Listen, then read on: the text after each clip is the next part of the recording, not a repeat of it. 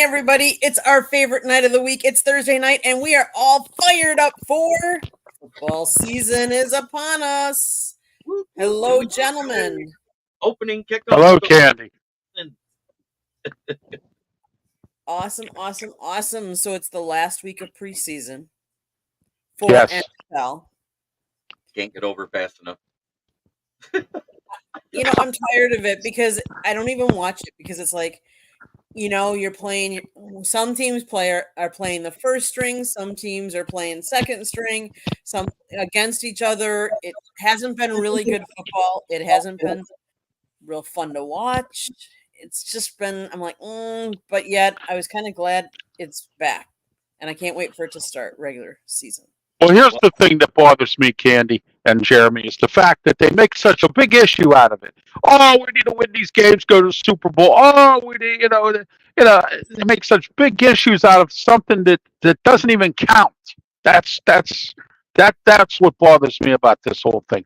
And Jeremy, when I was on his show last night, I said things about the media, how they just keep drawing things out of proportion for somebody who has a tiny little injury.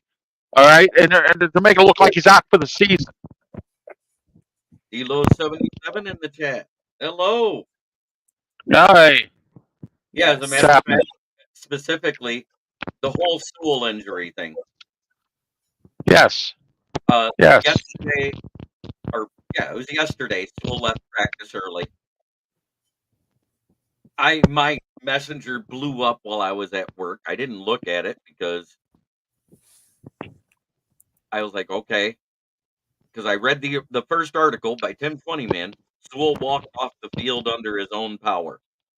Number one, any major injury, they're not letting you walk off the field under your own power. Number two, he put his own shoe back on his foot before he walked in the locker room. Hello, Keegan. Hello is undone. Delos, everybody. Good to have you in the chat. Yeah, I know. We were talking about last week the Broncos and the Packers and how the Broncos had Bo Nix out there, first string against the Packers, second string and third string, because 31 of our guys sat in that game. And because they're trying to figure out who they want as the rest of the team. Turbo Adam in the chat. Actually, is undone. Sewell was. They said he's fine. He's 100% right now. It was just a bruise. Somebody stepped on his foot. That's all it was. Wow, we got a nice group here tonight. Again, that's great. Yeah. So do I. Makes it more fun. Tune in to Sports Corner Tuesdays 4 to 6 p.m. We'll be back September 3rd. Nice. Big lineup. Awesome. But yeah, I'm done with. I can't wait for the preseason to be done. So am I. He still calls. So am I. He does. No dog checks tonight, buddy. This isn't my channel. Dog check. There you go, Joshua. You got me to say it. Oh, look at there. Will is here. Will, we haven't seen you. It's been a while. Jeremy, would you massage? I would massage Sheila Ford's foot for a Super Bowl. Can't do that type of dog check here tonight. This is not my channel. Vogel, yes. So let's start with. So there is. I think there's some games tonight, isn't there? Yeah, both the Bengals and the Bears and the Chiefs. Yep. Oh, I would love to watch Indy. I want to see them beat Cincinnati. It's 7-7 right now. The Bears are 10-0 on the Chiefs. Wow. Well, Andy Reid, Jeremy, doggone well, he's not going to start his starters tonight. So, and I don't think he even cares about preseason. Andy Reid has said the same thing the past 3 years. These first 2 games are when he plays his starters, where he evaluates. So, and that's what it is. It's Chris Oladokun that's throwing tonight. He's 6 of 8. Tyson Bagent's 3 for 6. Travis Homer has 3 carries for 11 yards. Carson Steele has 1 carry for nothing. And I'll tell you something else too, Candy and Jeremy, what preseason games are good for. For people who can't get tickets to go to a regular season game. And most season holders, at least here in Pittsburgh, well, I'm in Erie right now, but I mean in Pittsburgh, most of the time, what they'll do is they'll either sell their tickets or they'll give them to somebody and they go to a preseason game. You don't even see season holders there. And they're lucky if they get 40,000 at a preseason game. I've worked there. I know exactly how many fans show up. You know, you said that Goff will be rust week 1, but guess what? We haven't started Goff since the 2021 season in the preseason. Mhm. You're busy working a lot. Well, that's good for you. That builds How's character. Hendon Hooker? And if Hooker's healthy and he was playing fine last week. Hendon Hooker. I just You love that name. I know you oh, do. that name makes me laugh, but I'm not going to go there. Okay. That's just like Benjamin Gay, Jeremy. Remember Benjamin Gay? Yeah. Marco ate him alive I when he was remember alive. being a tight end actually in the league that his name was Ben Dover. That's not a joke.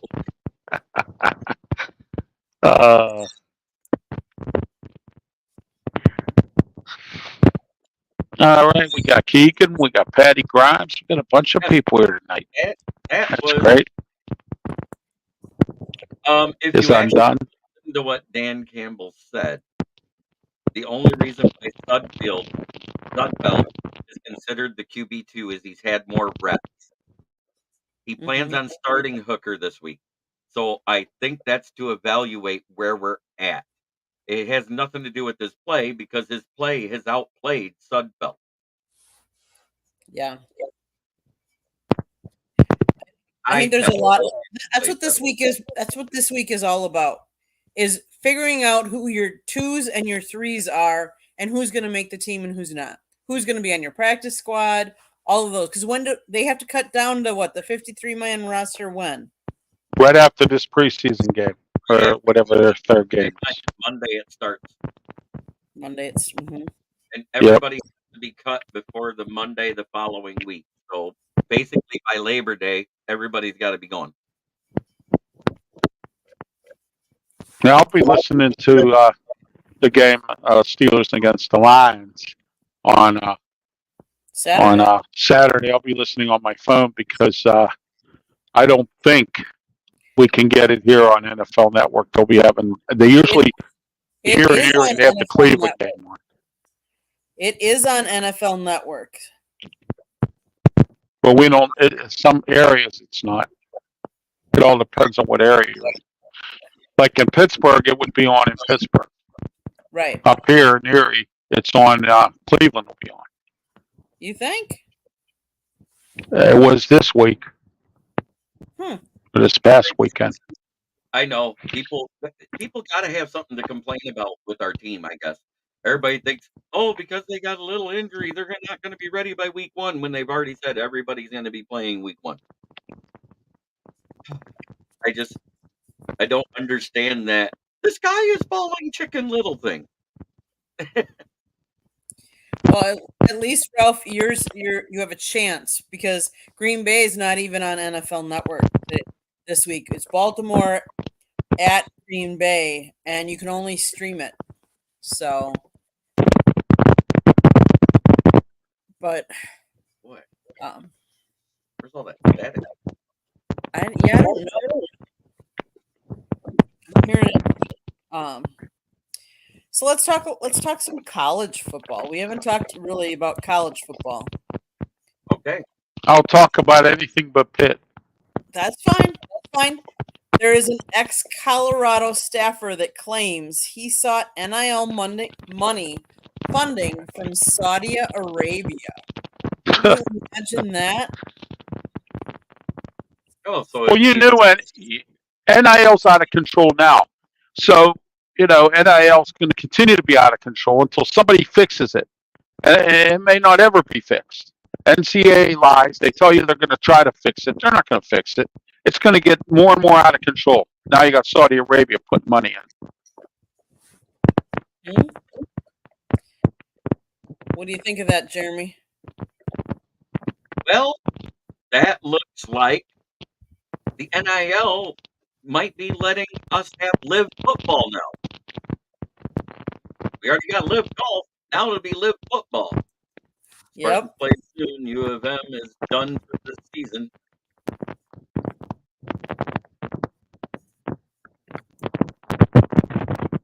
A lot of the starters that have started for years don't play a lot of the I know they were talking today about they were complaining that should Aaron Rodgers be playing in the preseason or not, since he's only played 4 snaps with them in the regular season. And my response to that is you're paying these guys a lot of money. You do not want them injured in the preseason. No. You don't need to evaluate. You know he's your number one. I mean, might it be smart? And I wouldn't say necessarily now, but might it have been start to get a couple of reps? You're getting the reps in practice. I mean, let's face it. Is it game situation? No, but has he been? He's played in the league for how many years? Just like Goff has played how many years? Yes. Yes, I will say that the first 2 games of the season, then it might look a little clunky at times because they're fine tuning it, but they can't afford for them to get injured in the preseason. And let's face it, preseason games are not as cheap as they used to be. They stopped doing that 3 years ago. That now is regular price for most preseason games. There's a few teams that still give a discounted price. It's not every team. No, you're right. You're exactly right. Sharon needs Hey, by the way, it's been 612 days since the last time Aaron Rodgers completed a pass not to someone named Kurt Joseph in a regulation game. Wow. What was I had an article here I was going to start talking about. So, one of the big things that's different with college football this year, the realignment of some of these. So let's face it, in last year's season college football finale, we watched Michigan dominate Washington to win the national title game. Though the schools are almost 2,300 miles apart, their next meeting on October 5th in Seattle is now a conference game. Oregon, UCLA join Washington in the Big Ten, a conference that resides mostly in the Midwest. So how do we feel about them joining, and what do we think the Big Ten is going to do this year? I think the Big Ten's probably, Candy and Jeremy, probably the best conference. Probably Big Ten and Big 12. Big 12 got some new teams too. So I think them 2 conferences right there are probably your best conferences right now. And the ACC is third, maybe. Or SEC. I'm sorry, SEC, Alabama, Florida, all of them, they always have a good year. I mean, as far as, and they always put a lot of in the top 25. They're also in bowl games a little bit more. So, ACC, on the other hand, still kind of lagging behind, as far. But those 2 are probably going to be the best in my eyes this year. Jeremy, your thoughts? I kind of agree. I'm not sold on the Big 12. Yes, they added a lot of teams, but they added a lot of the teams that the SEC and Big Ten didn't want. That conference got bigger, so yes, it's more competitive. But there's a lot of teams in that Pac-12 that went over to the Big 12 that were a lot of the we don't play defense group. So it really doesn't help the top end of the caliber. It gives them somebody in their division to beat up on for the top end team, but it doesn't give you a competitiveness. Whereas, like the two best ones, Oregon and Washington, they came Right. to the Big Ten. So now you're a little more top heavy in the Big Ten. Now we match up better with the SEC with the number of top teams, is what I'm getting Right. at. Well, So that's why I put it SEC third, Jeremy, because I don't think that I think they're, and the ACC's fourth in my eyes. Okay. And that's the only reason because I think both of those conferences, like you said, got the leftovers. We can call it the leftover teams, the teams that nobody wanted. And Keegan, I'll kind of say Iowa is actually imposing a 1-game ban on head coach Kirk Ferentz and wide receiver coach John Budmeyer for a recruiting violation. So yes, there will be something from the NCAA because they may see that as not enough for that type of ring, but it won't be much more. It'll be like 1 to 2 games on top of that. It's kind of like what they did to the Falcons for tampering with Kirk Cousins with the NFL. Oh, we're taking away a 5th and a 7th round pick. You're a bad boy. Bad boy, yeah. I like that slap on the wrist. That's a good one. But I will say this though, I'm going to tell you who I believe will have egg on their face if they don't win this year. Colorado. I mean, they hired Deion Sanders, paid him all this money. I don't think he's as advertised. I really don't.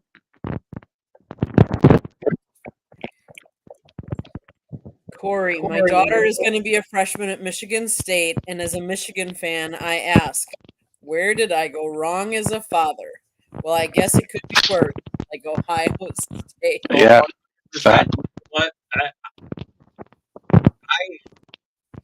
I love Michigan and anyone who plays Ohio State. That's who I root for. I guess I take it you're not an Ohio State fan, Jeremy. Is that it? I don't care once they're in the NFL, but while they're in college, absolutely not. I don't think there's anybody that was in the Big Ten that likes Ohio State. Other than Ohio State, and even some of them in Ohio don't like Ohio State. Right. I will never something about that coach, the head coach there. Something about him. It's more about the attitudes of how they come across. They don't say they're from Ohio State. They're from the Ohio State.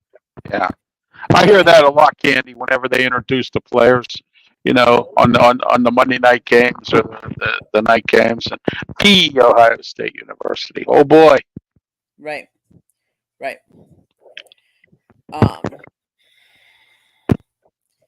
They did announce the SEC announced football tie-breaking process, so it sounds like they changed. Let's see, what does it say? Oh, it says that they've announced new football tie-breaking procedures for the 2024 SEC championship game, the first football season since 1991 to be conducted without divisions. In the event of a tie between teams competing for a place in the conference championship game, the following procedures will be used in descending order until the tie is broken. Head-to-head competition. Record versus all common conference opponents amongst the tied teams, and then record against highest best placed. And so it sounds like they had to break it down and change it up. So same attitude as Bama. You are correct, Corey. You may not like me or not as well because you are a Michigan fan. I'm a Wisconsin fan, but I appreciate all of the other schools in our conference, with Ohio State being my least favorite, of course. Candy, correct me if I'm wrong. Luke Fickell's your coach up there, right? Yes. Yeah. I got him and Matt Rule confused one time. I thought he was the coach of Wisconsin and Fickell was at Nebraska. I got him kind of mixed up a little bit. But You know. Hmm. Yeah, no, Matt Rule's never been coach. And we all heard that Pete Carroll came out and said that he's not desiring to coach again, but he is going to teach at USC. So Oh, good for him. sure. They asked him if he wanted He to was coach. he was the one that told Dave Munstead that he would never leave college. He loved it there at USC, and then he left and went back to the NFL. Mhm. Mhm. So, wow, there's so much going on right now. Yes. There is. We want My to talk. biggest question to you, Candy and Jeremy, is when the NCAA decides to have all these mega conferences and all this other horse and cadoodle here. My question is, what's going to happen to the MAC conference and the AAC? That's going to be my question. Because what happens to those teams? Do they move down to a Division II, or do they, try to blend in to some other conference or something? That's going to be the biggest question of the day. I think all the top end mid majors in Division One that have proven they can compete with the top 25 teams, they go to their bowl games because they go undefeated in their division. I think those ones will get absorbed into one of the Power 4 or 5 conferences. I think the rest of them will probably do just that, go Division 2 and Division 3 and give themselves a shot at a championship. Because Right. there's still good money in Division 2 and Division 3. And Right. people don't realize it. The NCAA makes billions off of football in general, but they make more off of March Madness than they do off of football. Oh yeah, absolutely. So, with this having the new tournament format that they're doing in Division 1, it's eventually going to go to that type of format in the other ones. They kind of have that in Division 2, and I don't know what they got in Division 3 for their national championship. I don't know if it's done the old way or rankings or what, but I believe they got a small playoff set up too. I think both of those are like 18 playoffs. So eventually you're going to see that. Smoking Dad comes in. I am a Michigan fan, but I was an Ohio State fan while Schembechler was the coach of Michigan. I absolutely detested him. I know, Dad. So college football actually starts on Saturday. Yeah. Florida State versus Georgia Tech, and they are playing in Dublin. Wow. ESPN. Mm-hmm. That's some long traveling there for young kids. That's what an experience for them. Yeah, it's going to be an experience. But my question is jet lag. I mean, you got all this jet lag, then you got to practice. That's a lot. I mean, but the NCAA is all about money, so they're trying to do like the NFL now. What's going on with Marvin Harrison Jr.? He is playing for Arizona. They cannot sell his jerseys because that court case hasn't been settled with Fanatics. He signed an offer sheet, not a contract, and they're trying to say that they get 20% of whatever he takes in off of his cut from his signatures and jersey sales. But an offer sheet is not a contract. It's not legal and binding. So that's why it's going to court. I don't know why it's taken this long. I think it's because the small claims court that it's in or whatever. I heard it's going to the people's court. It's going to the people's court. More than likely. I mean, because if it's an offer sheet, it's not a contract, which means it has no value. It has no value. Exactly. You're right, Jeremy. You're exactly right on that one. Crazy. Oh, it is. Any games or anything that you guys are looking forward to this weekend? Oh, it's Michigan versus a cupcake. So I'm looking forward to seeing Michigan play. Let Judge Wapner hand is what Robert Wardell said.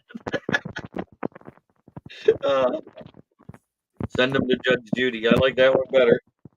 Yeah, there you go. That's even better than the People's Court. Well, she ran the People's Court after Wapner retired, remember? Yeah. Well, she's got a show again.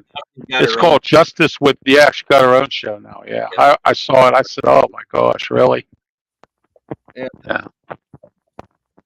But it is what it is with MHJ, and I get it. So I don't even know what his number is because you can't find it on an NFL website. You have to go to the Arizona Cardinals website outside of the NFL.com thing, where they have their own stuff to see what even his roster number is right now. You know what? It's preseason. I don't care who wins that game. The record counts as much as the points, and whose line is it anyways? You want to know what I want to have happen? Both teams come out healthy. That's it. Exactly. It doesn't It's matter. It's about individual efforts at this point anymore. Who's going to rise to the top and who's going to flounder? And there's been quite a few flounderers lately, if you look at it on second and third string for both teams. Well, here's a game I'm looking forward to on Thursday, the 29th. I'm looking forward to seeing this game of Western Carolina versus NC State. I'm a big NC State fan. Love the city of Raleigh. The reason I'm looking at this game, Western Carolina, their offensive coordinator is now the offensive coordinator at Pitt, and I'm interested to see how they function with their new offensive coordinator at Western Carolina. That's what I'm interested in seeing. Mm-hmm. There's a chance we're covering a game on Sunday, and it's baseball season yet, believe it or not. So the Miami Marlins are going to be hosting the Chicago Cubs. We can talk a little bit about what happened today. Seattle went and fired their coach. And not only did they fire their manager, longtime manager Scott Servais, they already named a permanent replacement, which Wow. kind of surprised me.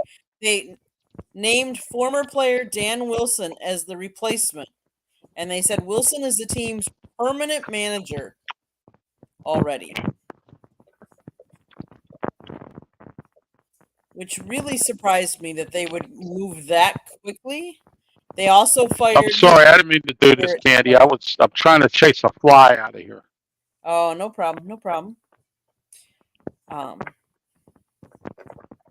Yeah, that was kind of crazy, that to fire him. They fired him after the Mariners were swept by the Los Angeles Dodgers to end a 1-8 road trip. Seattle has gone 20 of 33 to drop back to 500 following a 44-31 start to the year. So we've kind of seen some crazy swings in the baseball world. Like some teams did really well the first half, some teams are doing better the second half. But I'm going to say it. I think Manager of the Year should go to Pat Murphy for the Brewers because nobody was. Oh, he's done a great job there. I mean, he picked up right where Craig Counsell left off. I mean, it's like a new captain taking over, but you have the same ship, and it's just yeah. Fired their hitting coach too, and more to come. Yep. And Keegan says, really, I would have expected the White Sox to fire their manager first. Nope. They waited until they broke their losing streak and then fired the manager. It was the craziest thing I ever seen. Yep. I'll tell you what, I'm surprised the LA Angels aren't doing better. Their coach is their manager is Ron Washington, and their bench coach is Clint Hurdle. Mm-hmm. They're 20 games out of 500, last in the division. I can't believe it. Yep, he was an assistant under Woody, and that's what a lot of people don't realize as Michigan. But it was Michigan fans that maybe not like it. All the fans did was slam Woody while praising Bo. they played the exact same game, 3 yards and a cloud of dust up the middle. Why not Bo was an assistant under Woody? Yep. Learn from Woody. But that's what made the rivalry great, because after he became the coach of Michigan, those two would argue with each other across the field. It was hilarious to watch on some of those old tapes of the films for the Woody Bowl, is what they used to call the game. Yes, I agree. Guys, any topics you want to talk about before we get to my town? In any kind of topic? Any topic. Okay. How about I talk about this? Those of you who tune into Sports Corner from on Tuesdays 4 to 6, we'll be back September 3rd. I will no longer, myself and Smoke and Jim Frazier have decided that we are no longer going to be covering anything of Pitt Panthers. Reason being is because for the last 3 years, well, actually 4, but the 1 year I was able to compromise and get free and get tickets and sit in the stands. But that's not my goal. My goal is to sit in the press box and meet fellow media people, so people know who I am.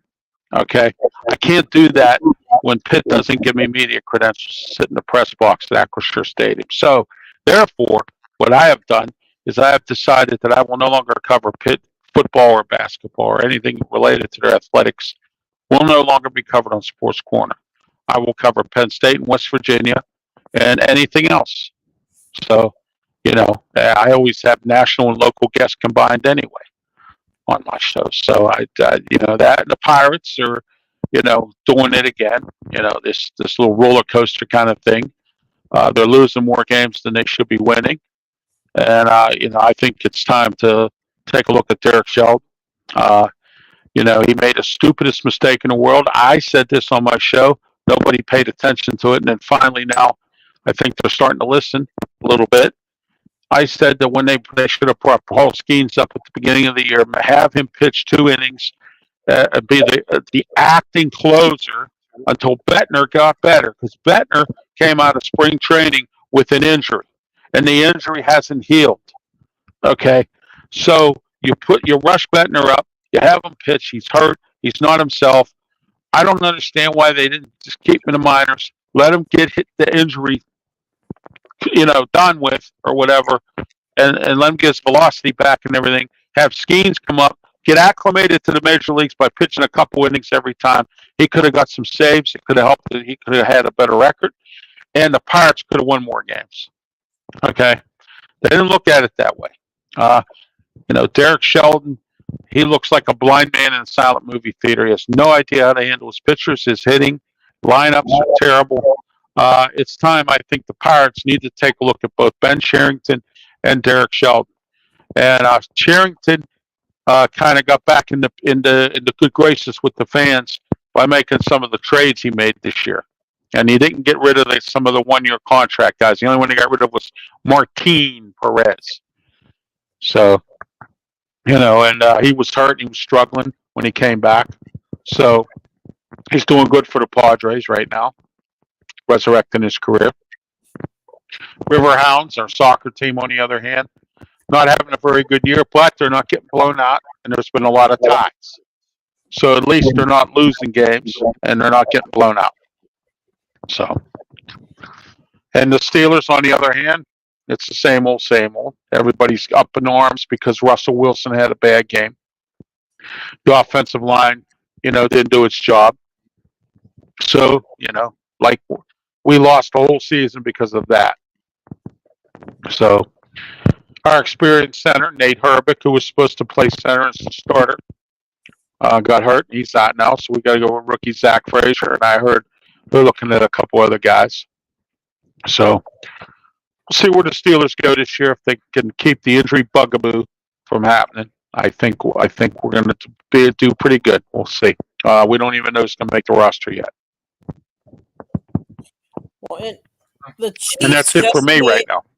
The Chiefs just made Humphrey the top paid center with a 4-year, $72 million deal. And I knew that was coming because they get ahead of things. Just like there's certain teams that get ahead of that trend, like the Lions when they re-signed everybody they did, and everybody gasped that it was an overpay. Within 1 week, it wasn't an overpay anymore for all three players. Garrett Bradbury got more money than Penei Sewell, and spends more time on the bench because he's injured. Justin Jefferson, who missed what was it, 3 games last season, or was it 5? I can't remember because he had a hammy strain of some sort or a hamstring tear. He got more money than Amon-Ra St. Brown. And then Trevor Lawrence and Jordan Love, and I'm not saying neither one deserved it. Both of them got just as much money as Joe Burrow, when Goff and Burrow are the only ones out of that group that's been to a Super Bowl. Right. And I'm not trying to knock the Packers. I'm not trying to knock the Jags or any of that. And even the Dolphins paying Tua a little bit more than Goff. Now Goff is the 5th highest paid quarterback, and it don't look so bad. I'll tell you who might have egg on their face this year, Jeremy, is Atlanta with Kirk Cousins. He's hurt. Well, he's finally made it back to practicing, but they haven't named him the starter yet, or that he's back playing. And for his birthday yesterday, they all went to the water park and played. I saw that. They had pictures all over social media about it. Here's a question I'm going to come out with September 3rd on my show, but we can do it here tonight if you'd like. I want to know which, Candy and Jeremy, which of the new coaches this year in the NFL do you think is going to succeed? And which one do you think is going to fail? Well, there's so many new coaches.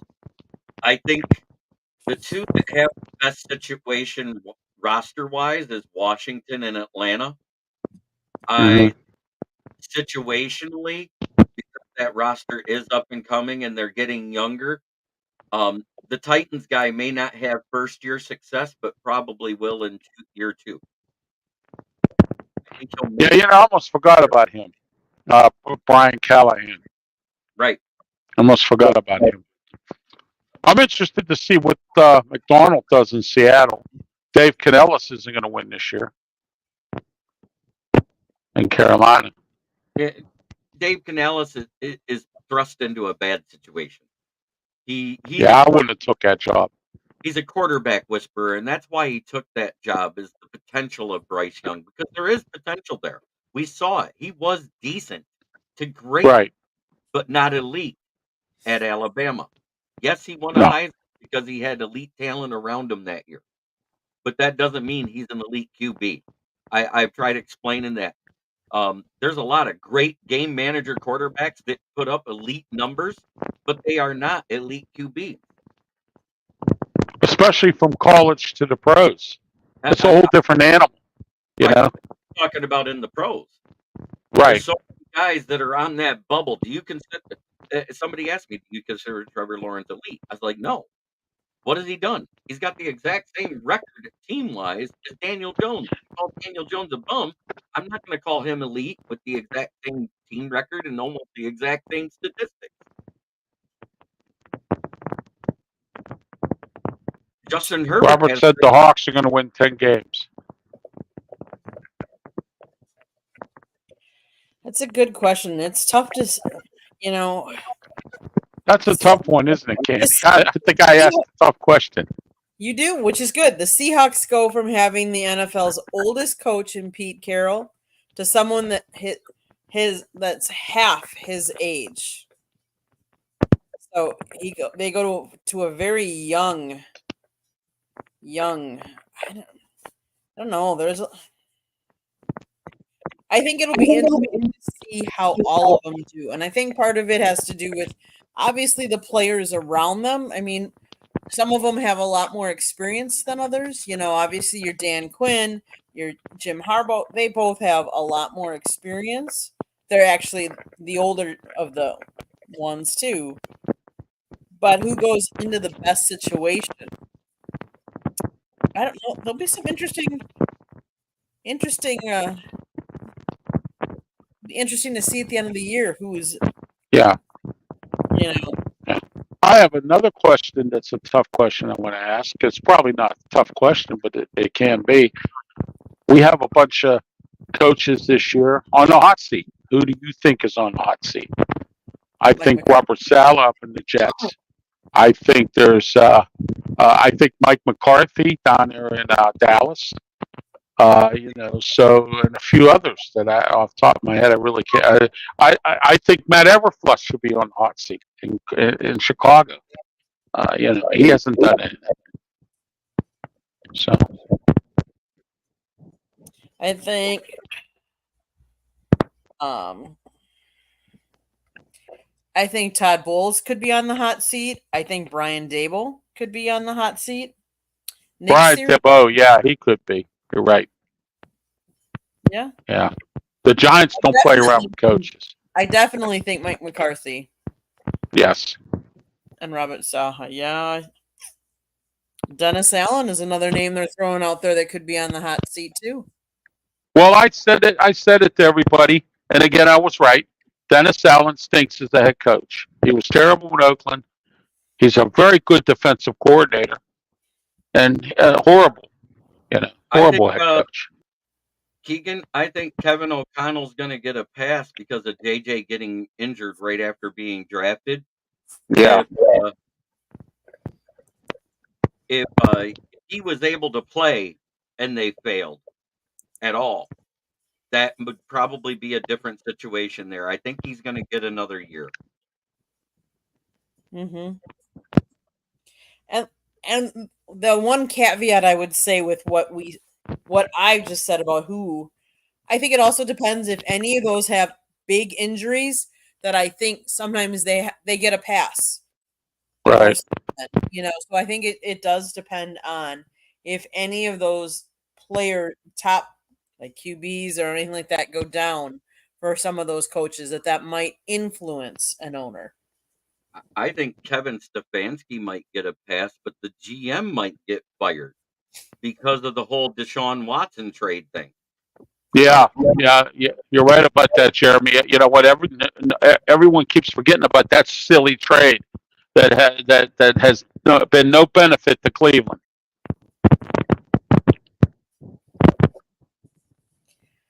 Okay, guys, it's time for my town. Let's do it. Jeremy, let's have you start tonight. My town.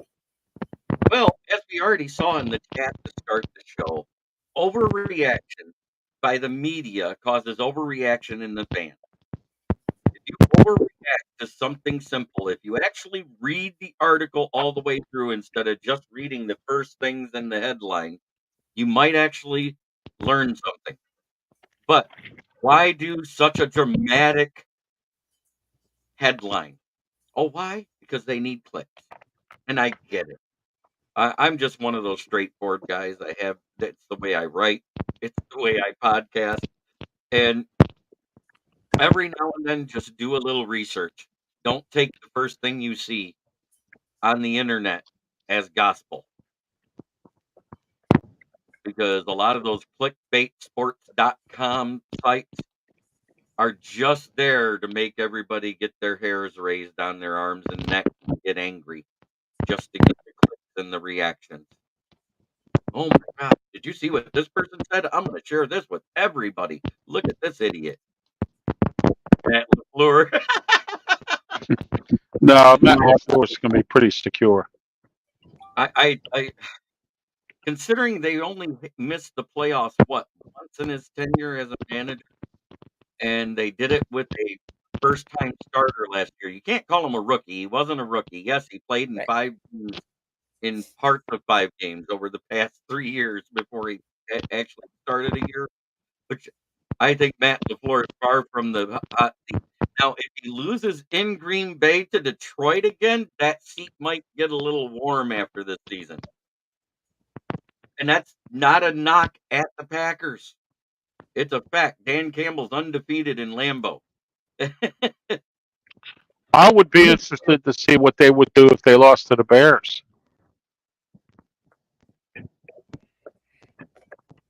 That's true. Okay, Ralph, you're my town. My town is that one of the minority owners of the Steelers has decided to pull his investment out. Now, I have friends in high places here, and I reached out to a couple people, and they told me that he left because him and about 10 of the other owners of the team, including John Stallworth, have decided that they wanted to get Mike Tomlin out, but they couldn't vote over Dan Rooney or Art Rooney II because he has the biggest ownership part of. He controls, like, I guess, 51% of the stock or the ownership in the group. So whatever he says goes, and they couldn't convince him to fire Mike Tomlin. So he got disgusted and decided, I'm taking my money and going somewhere else with it. So the Steelers lose another minority owner because of Art Rooney II. So that's my town. Other than the Penguins are going to be trying to work out a contract to keep Sidney Crosby. Chris Letang once traded. I have Matt Fensel coming on, who's a reporter for the Post-Gazette that covers the Penguins, on September 3rd. And he will tell us what's going on. If Evgeny Malkin says when his contract is up, I think in about a year or two, he's thinking of retiring and walking away from the NHL and going to Russia. He's going to do like Jaromir Jagr and play in Russia for the rest of his career. So that's my town. So my town, my Green Bay Packers had the Baltimore Ravens joint practice today. And the tradition continues. It was the last open to the public, so they actually let the Ravens also, the kids, allow them to ride their bikes down to practice, which I thought was cool. The Packers right now really need to figure out who their backup quarterback is, because if Jordan Love goes down, none of the people that we've seen can even compete. So they really need to figure out what they're going to do with a backup quarterback, because what the options they have right now are not working for them. I'm sorry. I watched some of those preseasons, and I'm going to say it right now. You guys might be better off bringing Blaine Gabbert back, who knows the system because he was there as a backup under LaFleur. He's still a free agent out there. And Robert, I'm going to say the Packers overpaid. The Packers had to, though. They really didn't have a choice. All these quarterbacks are getting, and I get it, they had another year option left. They didn't have to, but Robert, as soon as Trevor Lawrence, who had one playoff win with a 9-8 record under his belt, got $55 million a year, that basically tied Gutekunst's hands. Right. Because all the Packer fans swear to God he's better than Goff that I've talked to. So they couldn't give him the same money or less than Goff. That was the next price point. It went from 53.1 to 55. And next year, there's a lot of quarterbacks overpaid, Jeremy. Kirk Cousins hasn't won a Super Bowl. It started with the original Keebler Elf quarterback named Kyler Murray. When he first got his big contract with Arizona. Then Cleveland Browns trade for Deshaun Watson and gave him $46 million a year. And then Jalen Hurts got his, and Lamar Jackson got his. Right? Russell Wilson got his. And then Russell Wilson. Denver's still paying him. Yeah, but Russell didn't get as much as those guys. No, right? $38 million is what they're paying him. You think about it, Russell Wilson at $38 million and Daniel Jones at $40 million now is a bargain when you're talking about players making into the 50s. Yeah. And well, Daniel Jones is no one was overpaid. Geno Smith got overpaid. There's a bunch of mediocre quarterbacks in this league, Jeremy, that got really overpaid. Oh yeah, 100%. Hello, Matt. Good evening, Matt. Yes. We're getting ready to wrap up, Matt. We are. Anything else any of you want to talk about or discuss yet tonight? Those of you that are watching on my channel, I discussed it prior to the show, and if Candy doesn't mind, I'd like to ask our viewers for a little help. Good buddy of mine, Cameron Luke, 27 years old, brand new baby in his house, and he's suffering from renal failure. I'm looking for donations to do auction for him next week on Friday. I put my email in the chat for those that watch my show. Email me if you want to contact me, if you want to send donations via Cash App or whatever.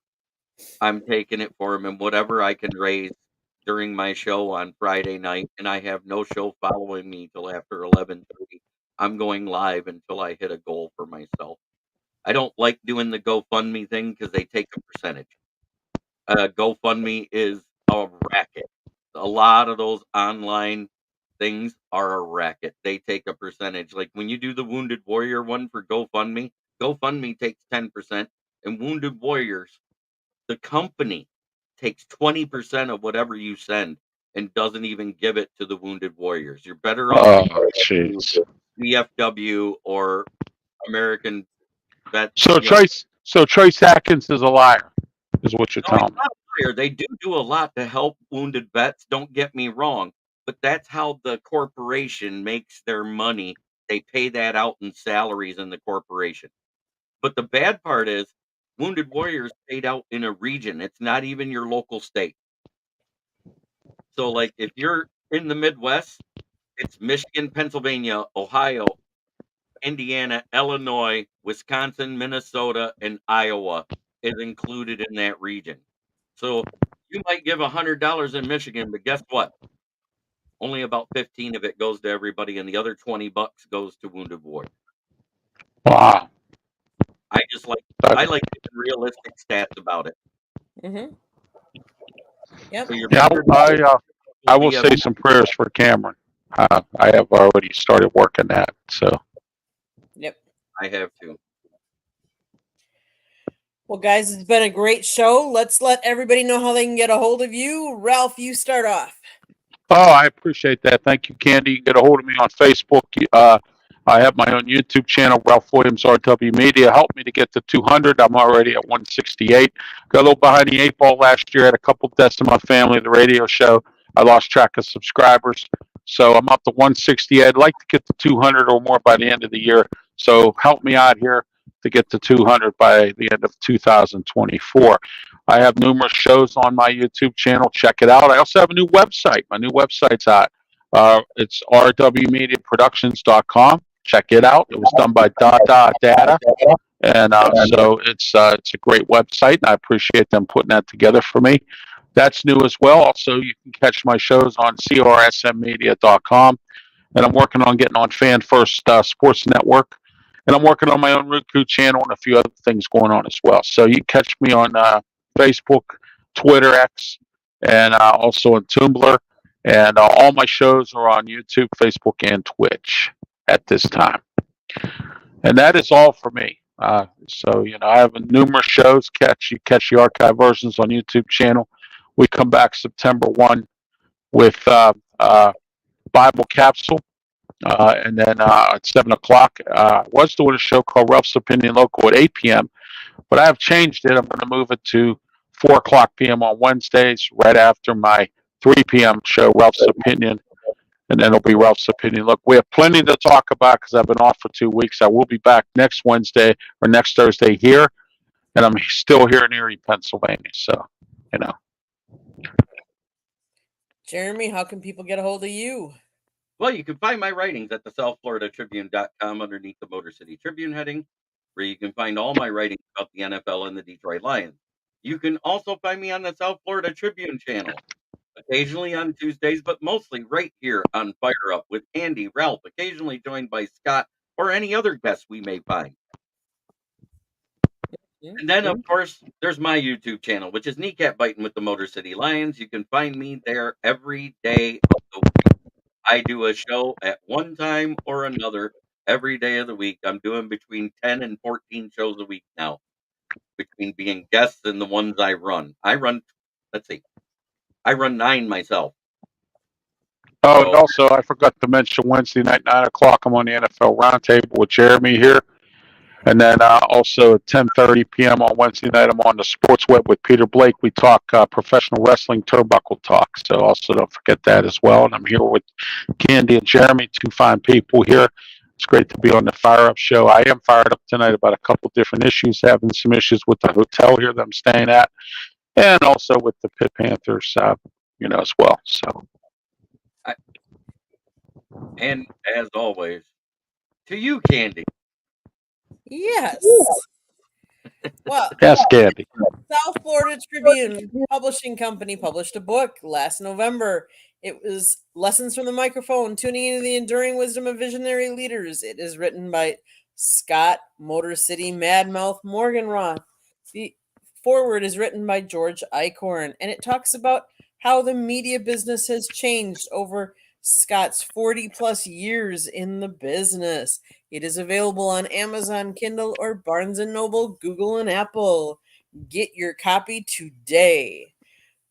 We also, if you see that red subscribe button, click it, like us, share us with all your friends and family. Monday nights, we talk on Fire Up Florida. We talk hockey. On Monday night, we also have 108 Stitches baseball talk.